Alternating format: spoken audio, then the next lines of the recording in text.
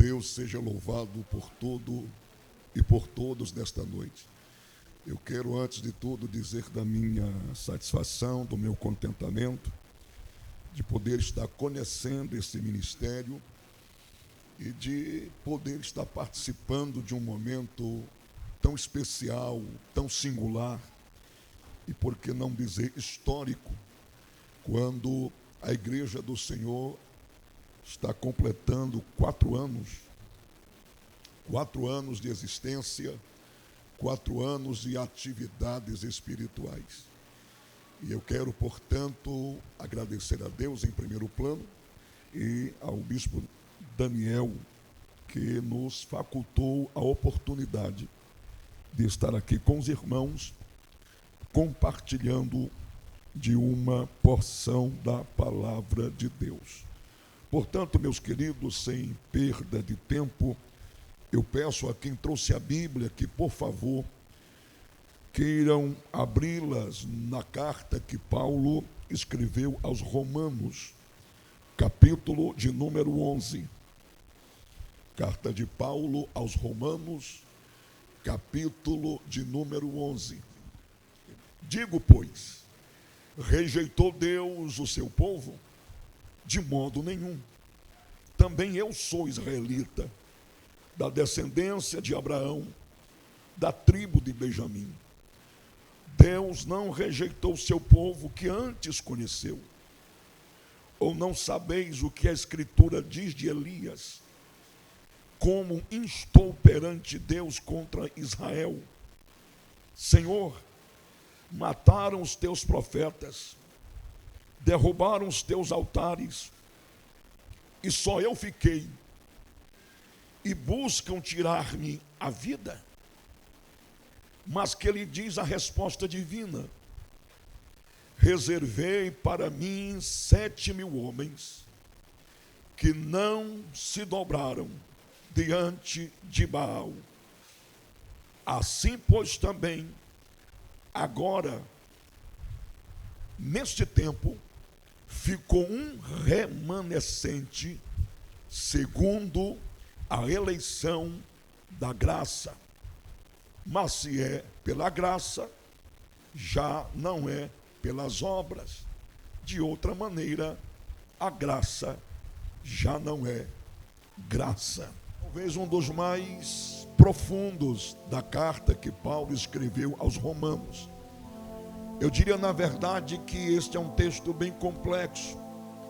Para pregar sobre ele, eu precisaria nesta noite abordar algumas questões teológicas alusivas à eleição. Mas como o tempo não nos permite nos aprofundar nos pormenores desse texto, eu prefiro ir direto na revelação que o Senhor, pelo seu Espírito, nos concedeu. Tenho certeza absoluta que o Senhor vai nos conduzir dentro e através da sua palavra a uma revelação plena da sua vontade para a nossa vida. E como não poderia deixar de ser, o tema da mensagem que o Senhor colocou no meu coração para esta noite está subordinado ao tema da festa, remanescentes. Remanescentes é o tema desta mensagem. Mas antes de começar a desenvolver esta reflexão bíblica e compreender a proposta de Deus para nós nesta noite através da sua palavra, precisamos antes de tudo entender o que é remanescente. Durante todo o dia de hoje eu estive lendo, estudando e pesquisando sobre esse tema e descobri que remanescente tem pelo menos 2 significados bem interessantes. A palavra remanescente no grego quer dizer uma parte que foi preservada, uma parte que foi preservada. Já no hebraico, a palavra remanescente quer dizer o resto que sobrou. É interessante, o resto que sobrou. Este é o significado de remanescente. E é em torno desta palavra que nós vamos desenvolver o que Deus, pelo seu Espírito, trouxe ao nosso coração. E eu quero começar dizendo que, observando os aspectos que marcam a nossa geração, a sensação e a impressão que se tem é de que a fé está desaparecendo, é de que a fé está cada vez mais arrefecendo e que os profetas estão em extinção, porque o que se vê hoje é um quadro deplorável que aponta, infelizmente, para uma das piores crises espirituais já vivenciadas, já presenciadas pelos cristãos dos dias atuais. Para que se tenha uma ideia, o quadro espiritual e religioso de hoje mostra igrejas cheias de gente vazia, mostra gente perto da religião, mas distante de Deus, mostra muito movimento e pouco avivamento. Infelizmente, esta é a realidade atual. E a pergunta diante deste quadro, a pergunta que não quer calar diante desta situação é: será que ainda existe alguém fiel? Será que Deus ainda tem? Será que Deus ainda preservou nesses dias de hoje um grupo de remanescentes? Será que Deus preservou alguém para a glória do seu nome e para o louvor da sua majestade? Pois bem, queridos irmãos, me deixem dizer-lhes que este sentimento, esta sensação, ela não é nova. Se você ler a Bíblia, você vai perceber, por exemplo, nesse texto que lemos, que Paulo teve esta sensação. Paulo estava respondendo a um grupo de judeus, Paulo estava respondendo a um grupo de cristãos que já não acreditavam mais que o plano de Deus ainda estava de pé com relação ao seu povo. Por isso a pergunta que Paulo aqui responde é: Deus rejeitou o seu povo? Alguém perguntava para ele.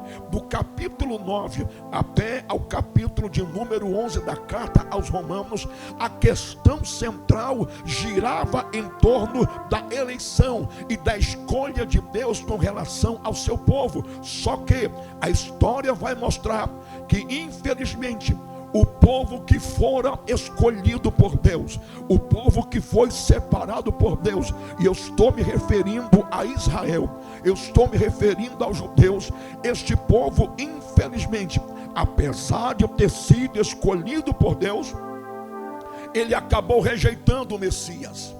Este povo rejeitou o Messias, e é diante desta rejeição em relação ao Messias que a pergunta surge: se o povo rejeitou o Messias, então o plano de Deus falhou. Se o povo rejeitou o Messias, isto significa que também automaticamente ou consequentemente Deus também teria rejeitado o seu povo. É esta a pergunta, mas Paulo vem aqui e categoricamente diz: não, Deus não rejeitou o seu povo. E a primeira lição que eu aprendo aqui, queridos, é que a fidelidade de Deus não depende da fidelidade do homem. A própria Bíblia diz que se formos infiéis, Ele permanecerá fiel, porque a fidelidade de Deus faz parte da sua essência. A fidelidade de Deus não é dependente da minha fidelidade. Eu posso ser infiel, mas o plano geral de Deus continua de pé. Deus havia escolhido um povo, e o fato deste povo ter lhe rejeitado, Deus não abre mão. Graças a Deus que Deus não abre mão do seu povo, apesar das falhas, apesar das fragilidades, apesar dos pecados. Deus não abriu mão do seu povo. Então Paulo está respondendo esta pergunta: rejeitou Deus o seu povo? E ele diz: não, Deus Deus não rejeitou. Havia uma aliança, havia um pacto, e este pacto foi quebrado pelo povo, mas não por Deus, porque Deus não quebra pacto, Deus não quebra aliança. Faz parte do caráter divino do nosso Deus a sua fidelidade. Mas Paulo não foi o único a sentir a sensação de que o povo estava distante. Elias, o profeta, que Paulo cita nesse texto, também teve esta sensação de que o povo estava distante de Deus. E Elias fala isso a partir do momento em que ele olha ao seu redor. E o que é que ele vê? Quando ele olha ao seu redor, ele vê uma nação entregue à idolatria. Quando Elias olha ao redor, ele vê uma nação entregue à obstinação. Ele vê uma nação rebelde. Ele vê uma nação que já não buscava a Deus. Para que se tenha uma ideia e uma noção da gravidade da situação, o texto sagrado revela que os altares de Deus haviam sido quebrados, estavam todos quebrados. O altar havia se tornado um monte de ruínas. Eu estou falando do contexto vivido pelo profeta Elias. O que ele vê é um altar quebrado. O que ele vê é um altar em ruínas. E o altar em ruínas não apresentava apenas um monte de pedras. O altar em ruínas era, na verdade, o retrato espiritual da nação. E quando Elias vê esta situação, Elias, ele vai se sentir tão isolado, ele vai se sentir tão sozinho, porque como se não bastasse a crise espiritual vivenciada por Israel, porque Israel estava vivendo uma de suas piores crises espirituais da história, e como se não bastasse essa crise espiritual, Acabe e Jezabel, que estavam reinando sobre a nação, ainda estavam promovendo uma ferrenha perseguição contra os profetas do Senhor. Eu vou repetir isso aqui.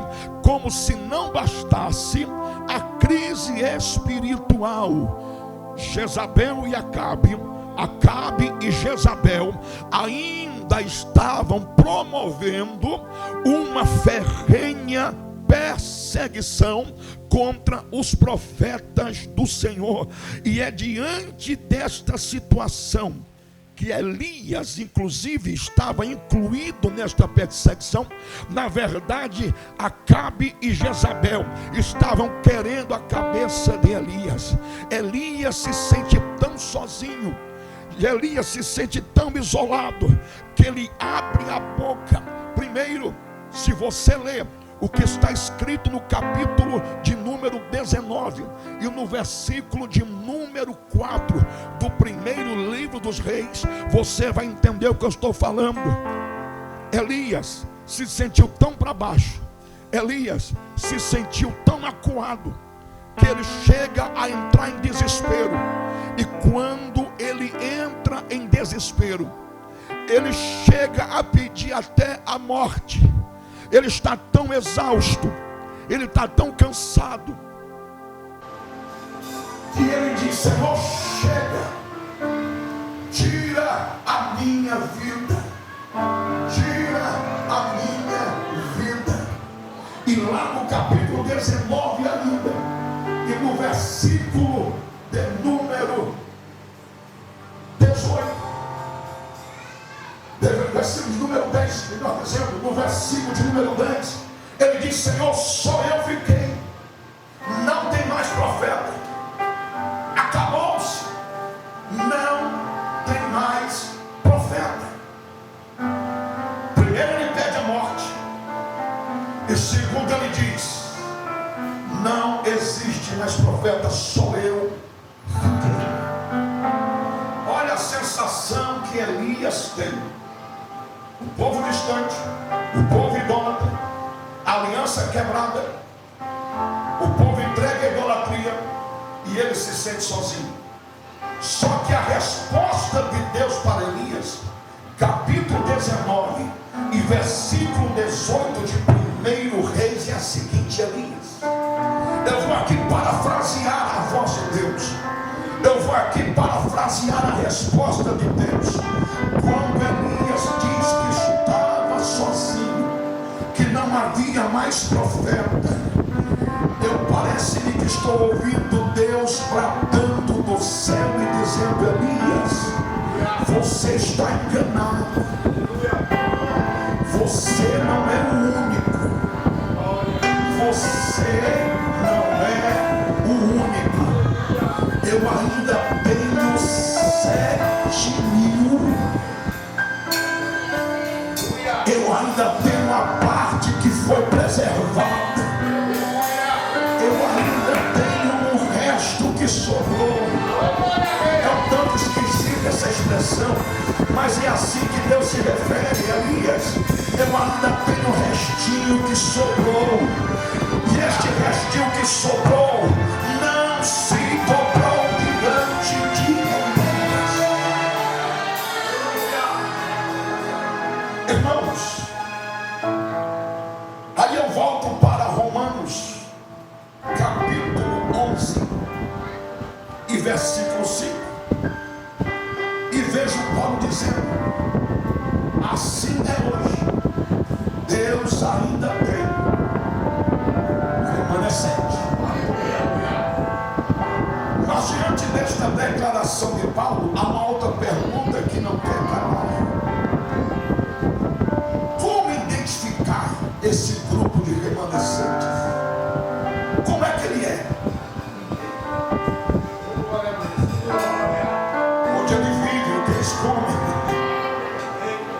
Como identificar esse grupo de remanescentes?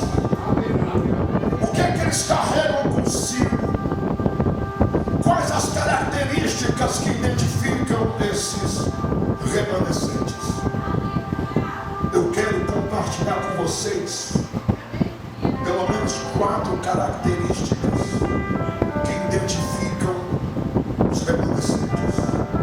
4 características que identificam os remanescentes. Deus falou para Elias: ainda tem 7.000. Paulo diz aqui aos Romanos: ainda assim, da mesma forma é hoje, ainda tem um remanescente. Mas onde eles estão? Como achá-los? Como identificá-los? Em primeiro lugar, os remanescentes, irmãos. Os remanescentes são aqueles que mantêm a sua fidelidade em tempos difíceis. Remanescentes são aqueles que mantêm a sua fidelidade em tempos difíceis. Eu disse aqui, em poucas palavras, a situação, o contexto espiritual, o contexto social vivido pela nação de Israel, uma das piores crises espirituais. O povo já não buscava a Deus. O altar que antes era sinal de aliança, era sinal de pacto, agora estava quebrado. E ainda, como já disse, havia uma ferrenha perseguição. Elias estava incluído nesta perseguição, até que ele pede a morte. Que estava sozinho, foi quando Deus disse: você não é o único, eu ainda preservei 7.000 que não se curvaram. E diante desta declaração do próprio Deus, o que eu entendo é que havia em Israel um grupo de profetas que, apesar das dificuldades, que apesar da perseguição, que apesar da pressão, não se dobraram a Baal, porque profeta e remanescente que se preza não se curva diante de situação adversa. Remanescente não se curva diante de situação complicada. Ouça isso. Eu disse na fase introdutória desta mensagem e preciso repetir, que o tempo que nós estamos vivendo revela, mostra muitas igrejas cheias até, mas cheias de gente vazia, cheias de gente empolgadas,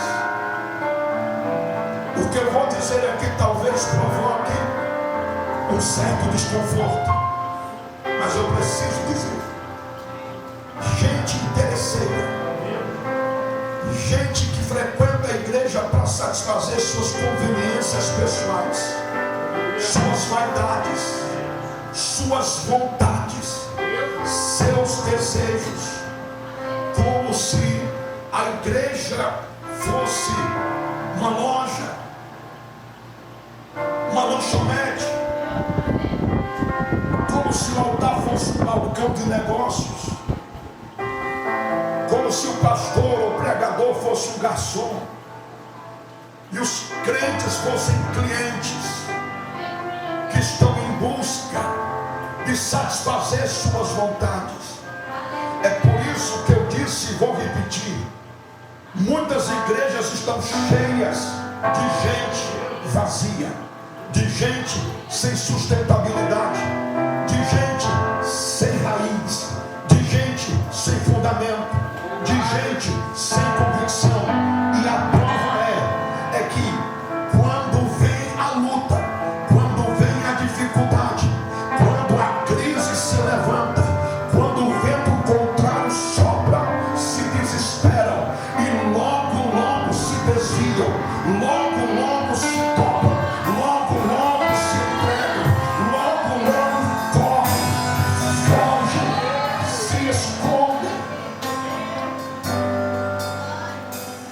Gente empolgada, que canta com empolgação. Como eu disse, vai doer, mas não mata ninguém. Canta com empolgação, até pula na hora da mensagem,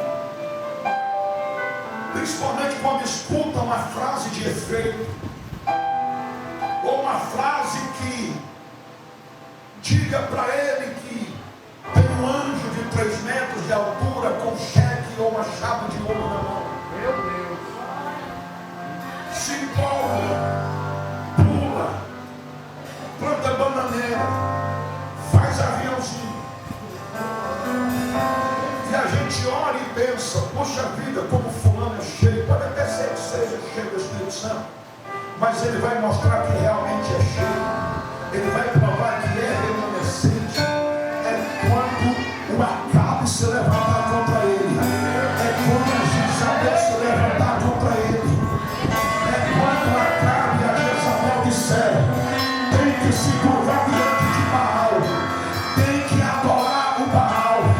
E ele diz: não, nem que a minha cabeça role, nem que o sangue dê no meio da canela, eu não vou me dobrar, porque eu sou fiel ao meu chamado, eu sou fiel às minhas convicções.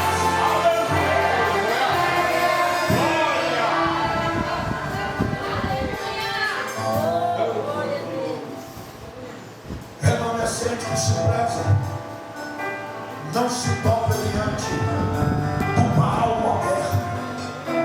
Pastor, o que é esse Baal moderno? Sistema. O sistema atual pode se tornar um Baal, principalmente quando ele faz com que você saia do centro da vontade de Deus. O sistema pode ser um Baal moderno quando você se vende e se entrega ao sistema em detrimento da tua espiritualidade, em detrimento da tua comunhão com Deus, em detrimento das tuas convicções e dos teus princípios bíblicos. É quando a pessoa se vende para o sistema por causa do cargo, por causa da consagração. Ele é capaz de abrir mão do que está escrito. Ele é capaz de abrir mão da sã doutrina, só para ter um nome, só para ter um título, só para ter um diploma. O sistema diz: ou você se curva, ou você não vai ser nada nesta igreja. Ou você se curva, ou você não vai ser nada nesse ministério. Ou você se curva e aceita o nosso estilo de ser, o nosso estilo de vida e aquilo que a gente ensina, ou você não vai crescer nunca. Só que o estilo de vida, o modo de vida e aquilo que ensinam não tem nada a ver com a palavra. Mas o sujeito quer crescer, o sujeito quer carro, o sujeito quer título, o sujeito quer consagração. Aí ele acaba se vendendo, aí ele acaba sacrificando a verdade no altar, acaba pregando heresias, porque ele quer agradar a quem manda no sistema, e remanescente não se dobra a sistema. Acabe estabeleceu um culto a Baal, Jezabel estabeleceu um culto a Aserá, mas Elias ainda estava firme servindo ao único e verdadeiro Deus. Remanescente não se dobra diante do Baal moderno, que pode ser o sistema, mas o Baal moderno também pode ser o relativismo. Pense na coisa perigosa, é o relativismo. O que é isso, pastor? É quando a gente começa a abrir mão de verdades absolutas, alegando que o tempo hoje é diferente. Não, pastor, essa regra, esse mandamento, essa norma só serviu para o passado, hoje não serve mais. Isso é relativismo. Quando a gente relativiza a palavra, é como se a gente quisesse dizer que as verdades que estão nela mudam de acordo com o tempo, mudam de acordo com a cultura, mudam de acordo com a sociedade. Só que a palavra, a verdade que está na palavra, ela não é relativa, ela é absoluta. E porque ela é absoluta, ela não muda com o tempo, ela não muda de acordo com a sociedade, ela não muda com a cultura.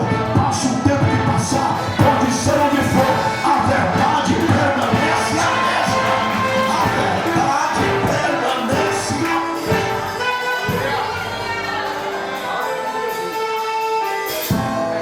mesma. Mas o tempo que nós estamos vivendo é assim. Não, a gente não pode mais pegar pesado, não. A gente não pode mais pressionar, não. Tem que aliviar. Se a gente não aliviar, deixa eu compartilhar isso aqui com os pastores que estão aqui. Com todo respeito, com toda reverência, temor e tremor. Quem é pastor aqui, quem é líder aqui, escute. Você não pode e não deve sacrificar a verdade no altar para agradar quem quer que seja. Pastor, mas se a gente pegar pesado, o povo vai embora. Pastor, mas se eu acochar na palavra, já tem uma igreja ali que aceita todo mundo do jeito que chegar e que pode ficar do jeito que quer. Olha para mim, irmãos. Eu sei que hoje é festa e eu não vim doutrinar, mas pregar em Romanos, inevitavelmente nós vamos estar diante de uma mensagem confrontadora. E aqui não dá para chegar e ficar gritando só receba, receba, não. Eu poderia até fazer isso, mas eu prefiro me manter fiel à palavra. Você pode até não dar glória, você pode até não dizer aleluia, você pode até não gostar de dizer, pastor, o senhor está estragando a festa. Eu estou pregando a palavra. Por isso eu digo, você que é pastor, você que é líder, não alivia a palavra não. Pastor, mas se aliviar vai embora. Aí já tem igreja ali que está só esperando, irmão. Quem é salvo não vai não, quem é salvo fica, quem é salvo come da palavra, quem é salvo recebe a palavra. Não se curve ao sistema, não se curve diante do relativismo. A palavra é absoluta, a verdade de Deus é absoluta.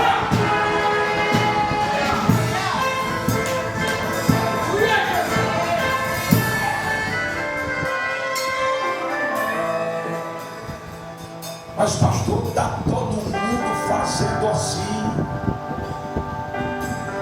Eu acho que você não é todo mundo, você é remanescente.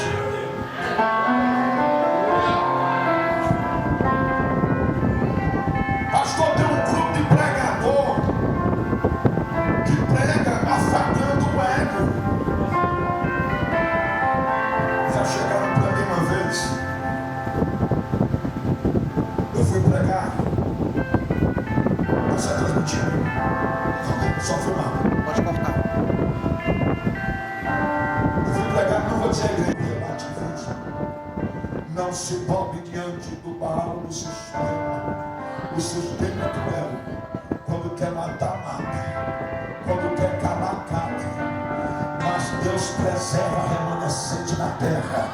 Deus sustenta remanescente na terra. Aleluia. Segundo lugar, uma segunda característica dos remanescentes. Remanescentes são aqueles que cultivam a humildade. Remanescentes são aqueles que cultivam a humildade. Eu quero chamar a sua atenção para um detalhe interessante. É que Deus, quando se revela para Elias, dizendo: Elias, você não é o único. Elias, saiba que eu preservei 7.000. Olha para mim. Elias, eu preservei quantos? 7.000. Diga mais alto: 7.000. 7.000. Alguém aqui sabe me dizer o nome de um desses 7.000? Levante a mão quem souber. Só um nome, só um desses 7.000. Não tem, né? Não tem. Esses 7.000 não tiveram o nome registrado na história. Esses 7.000 não tiveram visibilidade. Esses 7.000 não subiram o Monte Carmelo. Esses 7.000 não fizeram fogo cair do céu. Mas esses 7.000 eram conhecidos por Deus. Esses 7.000 eram conhecidos por Deus. Sabe por quê? Porque a única preocupação desses 7.000 não era aparecer, era agradar a Deus. Não importa quem é remanescente, não busca holofote. Quem é remanescente não busca aplauso. Quem é remanescente não busca reconhecimento humano. Quem é remanescente não se importa que o nome saia da cartaz, que a foto saia da cartaz. Quem é remanescente não se importa de cantar aqui. Se não cantar aqui em cima, ele canta ali embaixo. Quem é remanescente não briga por microfone. Quem é remanescente não briga por carro. Quem é remanescente não briga por título. Quem é remanescente não briga para ser ovacionado. Não briga por cadeia.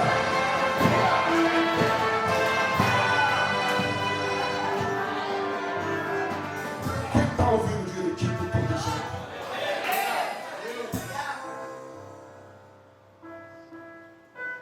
Remanescente cultiva a humildade. Eu estou me lembrando de um outro grupo. Esses foram chamados de os valentes de Davi. No grupo dos valentes de Davi,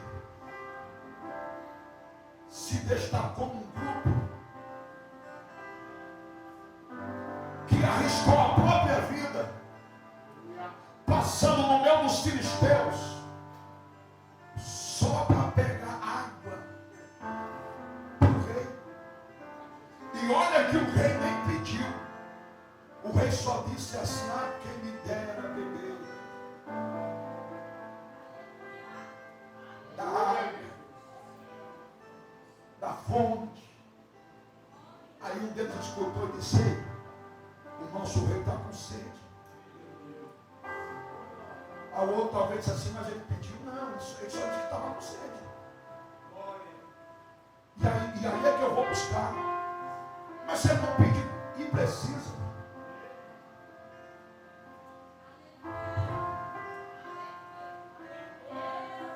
Quem tem convicção do que é no reino de Deus, não espera Deus mandar. Vá lá e faça. Você sabe qual é o seu papel no reino de Deus? Então vá lá e faça.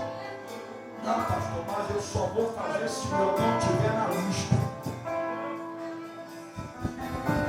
Eu só vou fazer se o bispo colocar a mão na minha cabeça, derramar óleo e me consagrar. Aí eu vou ser. Está errado. Você não é consagrado para ser. Você é consagrado porque você já é. Você está entendendo isso aqui? Você está entendendo isso aqui? Esses valentes de Davi não tiveram o nome registrado, mas não precisou. Remanescente age desta forma. Ele faz a vontade do rei sem esperar reconhecimento. Ele faz a vontade do rei sem esperar aplauso. Ele faz a vontade do rei. Sabe por que ele faz? Só porque ele quer agradar o rei. Pronto, acabou.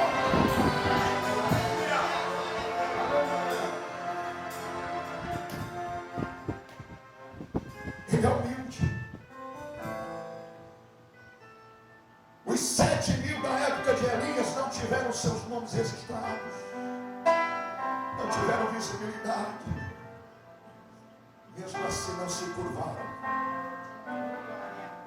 Ninguém está vendo, mas eu não vou me dobrar. Ninguém sabe, mas eu não vou me dobrar. Ninguém me conhece, mas eu não vou me dobrar. Eu não estou na mídia, mas eu não vou me dobrar. Ninguém me convida para pregar ou cantar, mas eu não vou me dobrar.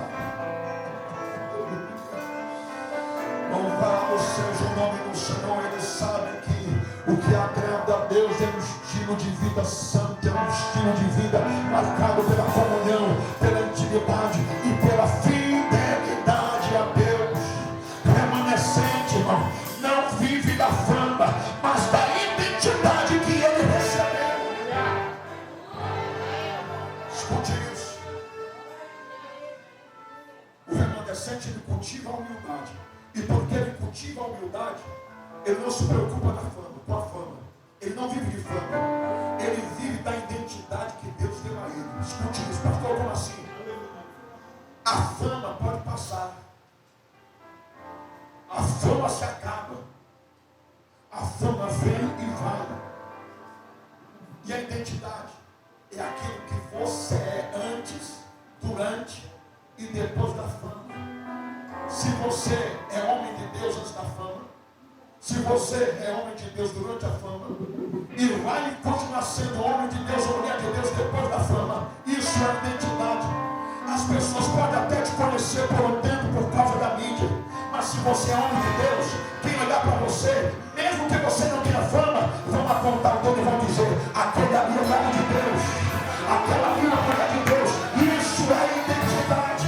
E eu prefiro ficar com a identidade que Deus me deu, porque a fama vai embora, mas eu não quero deixar de ser conhecido como homem de Deus. Não quero deixar de ser conhecida como mulher de Deus. Isso é o que vai permanecer. É o melhor legado que você vai deixar para quem está chegando. E aí, irmãos, nós estamos precisando de pessoas que não busquem a fama. Porque chega. Se tem uma coisa que a igreja não precisa, é de celebridades. A igreja não precisa de gente famosa.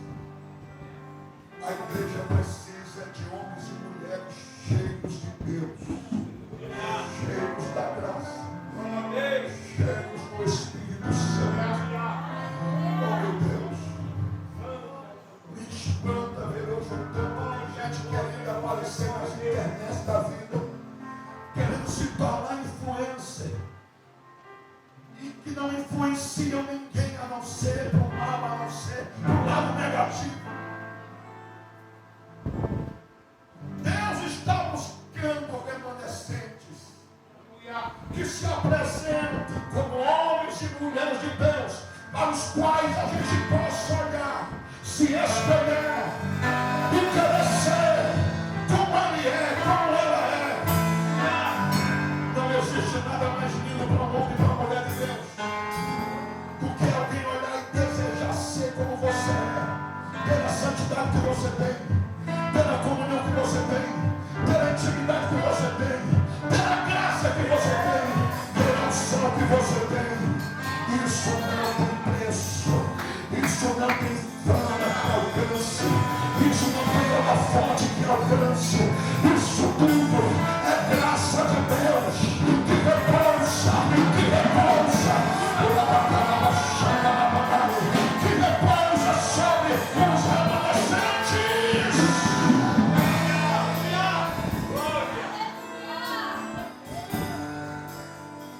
Remanescente que é meu, não anda com plaquinha na cabeça, piscando,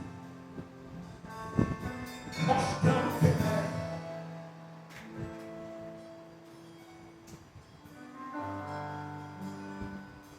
Não enaltece as suas próprias qualidades. Eu fico com medo. Ouça bem para você entender o que eu vou falar. Eu fico preocupado quando eu vejo cantores e pregadores, pastores, fazendo suas postagens. Já quero dizer que eu faço as minhas também. Mas o que me preocupa é ver a forma como eles estão fazendo. Alguns vão lá e colocam assim: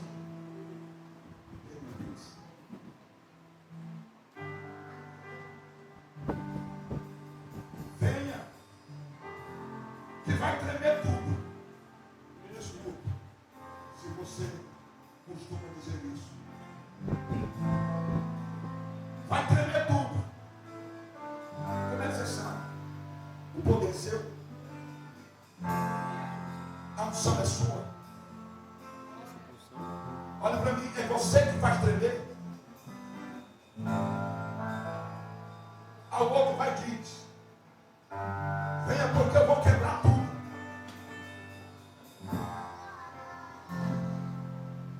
A palavra deve ser pregada, não é para quebrar tudo, é para restaurar tudo, é para reconstruir tudo. Eu fico preocupado,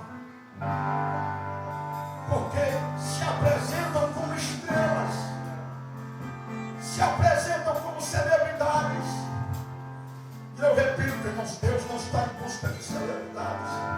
Deus está em busca de alguém que diga: eu não abro mão das minhas convicções, eu não abro mão da minha fé, eu não abro mão da minha convicção. O meu nome não aparece, ninguém me conhece, mas eu não vou me entregar. Eu vou continuar aqui, no passo do gato, no anonimato, mas sendo conhecido no céu, sendo conhecido no céu.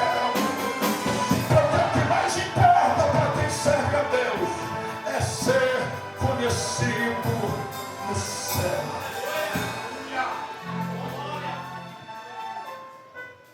Em terceiro lugar, o remanescente, além de manter a sua fidelidade em tempos difíceis, além de cultivar a humildade, ele é perseverante. O remanescente é perseverante. Porque ele é perseverante, primeiro, ele suporta a perseguição. Suporta a perseguição. Olha bem aqui para mim. Foi por isso que eu disse no começo da mensagem que eu não me empolgo quando vejo crentes tão animados, tão empolgados. E diante da perseguição, já querem jogar tudo para o alto. Querem deixar de pregar. Eu não prego mais. Eu não canto mais. da igreja.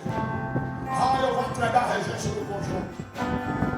Eu vou entregar a direção da consagração. No final do ano eu vou entregar tudo. Você não é remanescente. E não quer sofrer perseguição. Ei, você não é melhor que os profetas. Você não é melhor que os discípulos. Você não é melhor do que a igreja da era apostólica. Todos eles foram perseguidos, mas nenhum deles desistiu. Mas os cristãos de hoje, me permite a expressão, me parece que são feitos de cristais, sensíveis demais, frágeis demais. Eu vou mudar de igreja quando não se desvia. Eu vou mudar de igreja porque o pastor não me deu oportunidade para pregar, para cantar, para orar, nem para dar um testemunho. Eu vou sair da igreja porque eu estou sendo perseguido. Como assim? Irmão, não dá paixão para mim, isso é perseguição.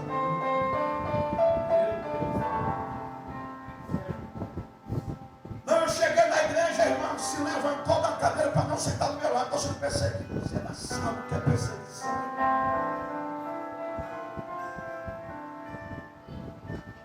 Sabe esses crentes que vêm do Nutella?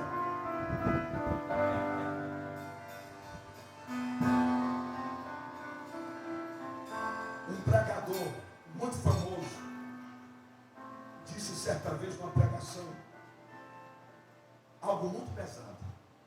Muita gente não concordou, mas pensando bem, ele tem razão.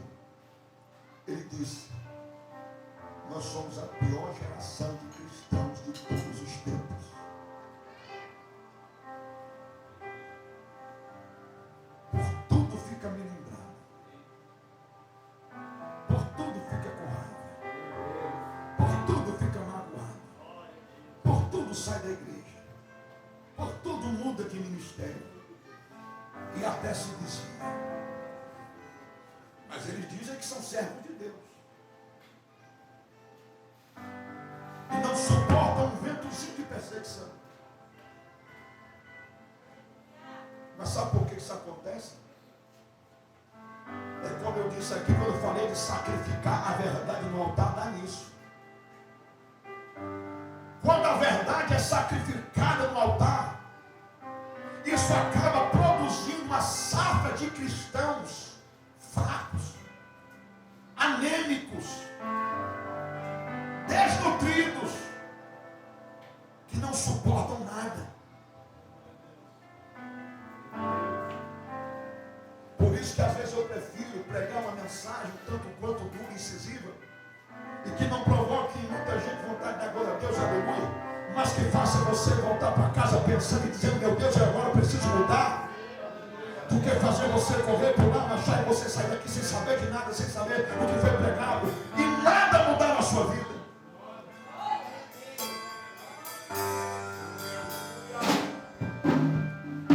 Eu imagino que deve ter alguém, tomara que não, mas eu imagino que deve ter alguém fazendo igual aquele meme: acaba, pelo amor de Deus, acaba, pelo amor de Deus.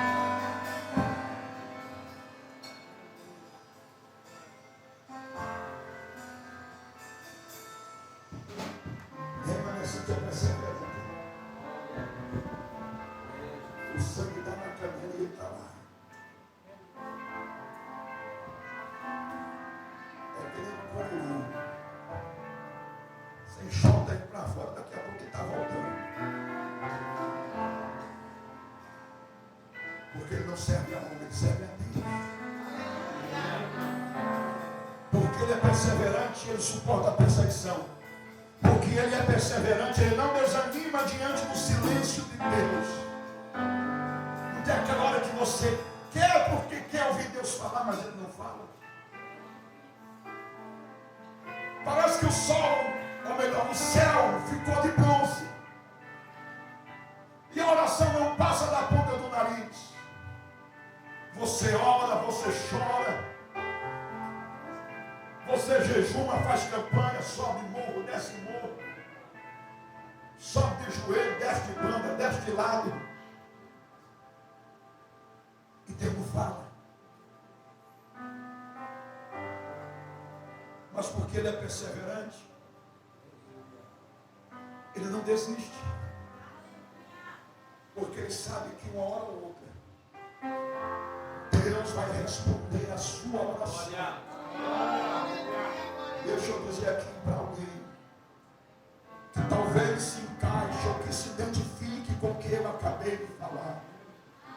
Eu não sei por quanto tempo, há quanto tempo você está esperando a resposta do céu. Pastor, eu estou desesperado porque eu já não sei mais o que fazer, já orei de todo jeito. Orei o Salmo 91, clamei o sangue de Jesus, que eu dei 7 dias de sangue, 7 dias de guerra. E nada. Eu não sei se isso vai te consolar, mas eu preciso lhe dizer que as suas orações, elas não estão se perdendo no mar. Elas estão chegando aos ouvidos de Deus. E na hora certa Ele vai mandar a resposta. Só não desista. Só não desista. Só quem acredita em palavra profética, receba esta palavra agora. Porque assim me diz o Senhor, para dizer a você que já tem resposta de Deus viajando na sua direção. Já tem resposta de Deus viajando na sua direção. Só que acredita. Aproveita que já está com a mão levantada. Abre a boca e dá um brado de glória a Deus. Abre a boca e dá brado de glória a Deus. E não precisa Deus falar para você adorar. Ah, pastor, mas eu queria ver. Eu queria ouvir um profeta. Já está ouvindo. Você só precisa também acabar com essa mania de achar que Deus só fala se um profeta se levantar e for até você e começar a dizer: eis meu servo. Porque nós temos essa mania. A gente só acredita que Deus fala quando alguém se levanta e vai até ele, até ela, coloca a mão na cabeça e diz: pastor, o senhor duvida que Deus? Claro que não, eu não estou dizendo que isso não. Eu estou dizendo que nós temos a mania de acreditar que Deus só fala assim. E isso é perigoso, viu? Eu preciso dizer que isso é perigoso. Porque como temos profetas remanescentes, temos falsos. E no nosso meio está cheio de profetas, eu vou colocar entre aspas, que não pode vir uma irmãzinha chorando no meio do culto na hora da pregação, que ele diz: aquela ali já vai lá, então profecia.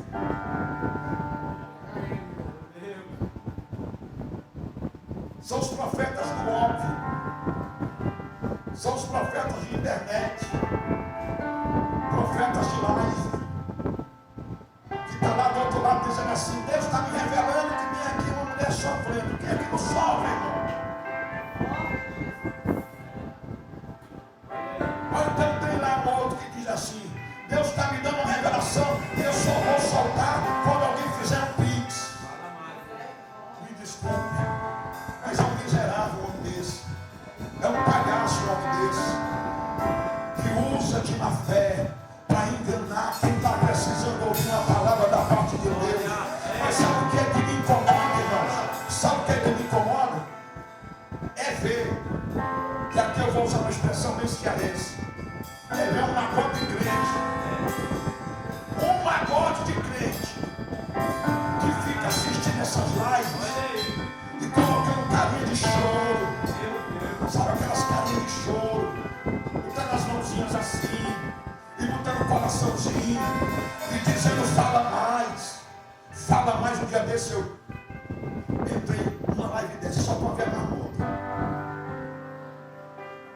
Aí estava lá um desses profetas: Deus está me dando a tua revelação, mas eu só vou soltar quando tantas pessoas fizeram um pix de tantos reais. Eu digo: ai, filhos. Aí entrou uma irmãzinha: profeta, por favor, diga aí como é que vai ser o meu futuro. Eu não acredito nisso. Não é possível. Não é possível que uma crente entre numa live e peça pseudo-profeta dizer qual vai ser o futuro dela. É cartomante agora. Aí eu entrei e respondi a irmã. Eu disse, irmã, tu quer saber o teu futuro? Abre a Bíblia. Vai para a Bíblia. Vai para a palavra. Porque é disso que esse tipo de crente precisa, irmão. Culto de doutrina ninguém quer. Escola bíblica ninguém vem. Mas fica dando ouvidos a profecias mentirosas. Se tem alguém aqui que tem essa mania, acabe com isso, irmão. Deus está falando. Isso aqui, ó. Dá um pouco nessa Bíblia aqui toda. É nisso aqui que eu acredito. Pastor, mas Deus fala. Fala. Não pode dizer que Deus não fala. Muita coisa do que eu sou hoje e vivo é cumprimento de profecias que eu ouvi na minha infância. Mas também já ouvi cada marmota durante a minha vida. Que eu prefiro crer nisso aqui, ó. Isso aqui não falha, isso aqui não cai por terra. Uma vez eu estava pregando numa igreja. Foi no interior aqui do Ceará. Com meia hora de pregação, bispo, o pastor da igreja se levantou, veio no meu ouvido e disse assim, pastor Chaguinha, igreja grande, derrotada. Pastor Chaguinha, desça no meio do povo e começa a profetizar. O povo aqui gosta, olha só. Já pensou se eu fosse um desses aproveitadores? Eu tinha inventado meio quilo de profecia. Teria descido do altar, porque o pastor mandou, desça e saia profetizando na cabeça dos irmãos que eles gostam. Aí eu tirei o microfone aqui, botei o microfone para trás. E disse só para ele ouvir, meu pastor, está com meia hora que eu estou profetizando, o senhor não viu ainda. Está com meia hora que eu estou profetizando, o senhor não ouviu ainda. Glória a Deus. Deus está falando, irmão. Deus está falando, irmão. Só quem está ouvindo Deus falar aqui, quem está ouvindo, só quem está ouvindo. Só quem está ouvindo. Remanescente é perseverante. Ele chamou da perseguição e não desanima diante daquilo que ele acha o silêncio de Deus. Terceiro, remanescente é porque é perseverante. Não esfria com a frieza dos outros. Não esfria com a frieza dos outros. Ah, pastor, eu me esfriei porque na minha igreja o povo é frio. Não, você é frio também. Não tem essa não. Não tem essa não. Ah, eu sou frio porque o meu pastor é frio. Não, porque você é frio mesmo. Não culpe ninguém não. Porque ninguém é responsável pela unção da tua vida. Ninguém é responsável pela tua espiritualidade. Ninguém é responsável pela tua comunhão. Ninguém é responsável pela tua intimidade. É você que tem que arrumar o altar. É você que tem que colocar a lenha. É você que tem que orar. É você que tem que jejuar. É você que tem que consagrar. Agora, se tu está esperando, se tu vive de se escorar nos outros, vai te explicar. Sempre é do tipo que espera o pregador convidado descer do ponto e colocar a mão na tua cabeça e dizer receba. Aí está explicando por que você é frio.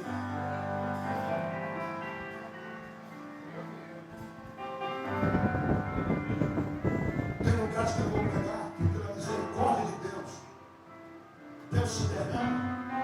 E aí vem irmãos, coitados, depois do culto diz assim, pastor, venha congregar conosco. Aí eu pergunto, por quê? Essa unção que o senhor tem, essa graça que o senhor tem. Eu digo, sim, mas essa graça que eu tenho é minha.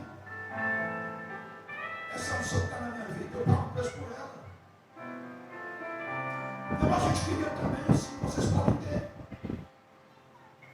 Antigamente, No começo do meu ministério, eu vou dizer uma coisa aqui que eu não sei se alguém aqui acredita. Eu não acredito. Na chamada transferência de unção. Pastor, você não acredita? Não acredito não. Eu já vi um pregador e eu fiz isso. Depois de terminar de pregar, eu chegar para mim, pastor, coloque a mão na minha cabeça e transfira da sua unção para mim. Aí eu, o irmão, ia lá, colocava a mão e dizia, receba da unção que Deus me deu. Mas o indivíduo não ora, não lê Bíblia, não consagra, não renuncia. Como é que vai ter unção? Não tem como. Se o dia todo ele batendo perna, da cima para baixo, falando da vida dele, levando e trazendo fofoca. Passa o dia todo na internet. Passa o dia todo assistindo Netflix. Passa o dia todo na televisão. Aí chega na igreja, quer receber unção na moleza.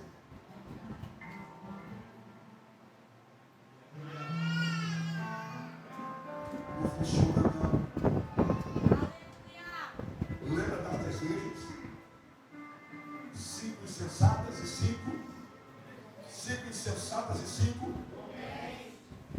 A lâmpada das insensatas estavam se apagando, enquanto isso a das prudentes estava acesa. A Bíblia diz que quando o noivo chegou, alguém gritou, aí vem o esposo.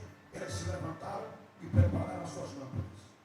E a Bíblia diz, ao tomar as suas lâmpadas, as insensatas viram que a lâmpada delas estava se apagando, olharam para as lâmpadas das prudentes, viram que as lâmpadas das prudentes estavam acesas, chegaram lá e disseram, nos dá um pouco do vosso azeite. Ei, elas deram? Elas deram? Qual foi a resposta? Ide antes aos que vendem e comprai. Ou seja, que azeite pague preço. Que azeite pague preço. A garganta no chão orando. Tem a pestana na palavra. Que azeite pague preço.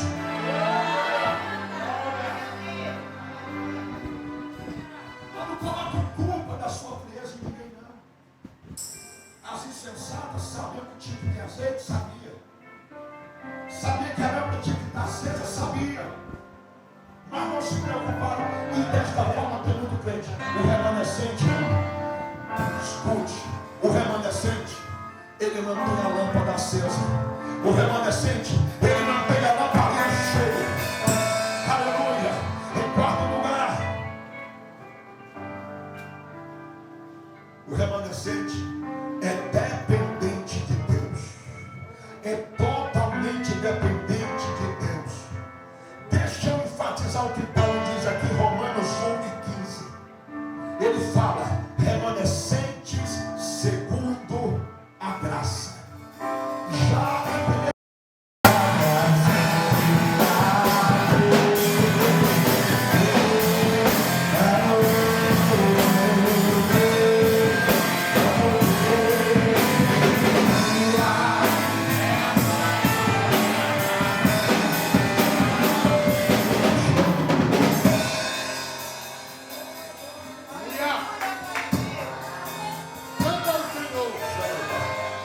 eu quero fazer um desafio.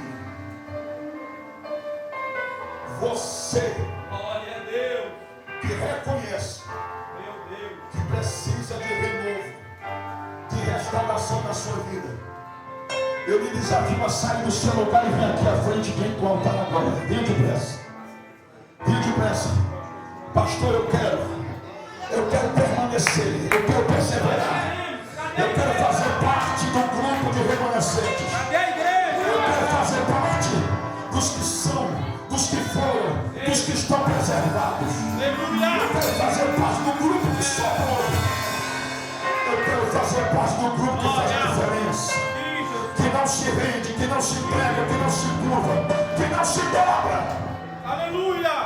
você quer fazer parte deste grupo, eu te desafio, sai do teu lugar e vem para frente agora, rápido. Glória a Deus. Rápido, em nome de Jesus.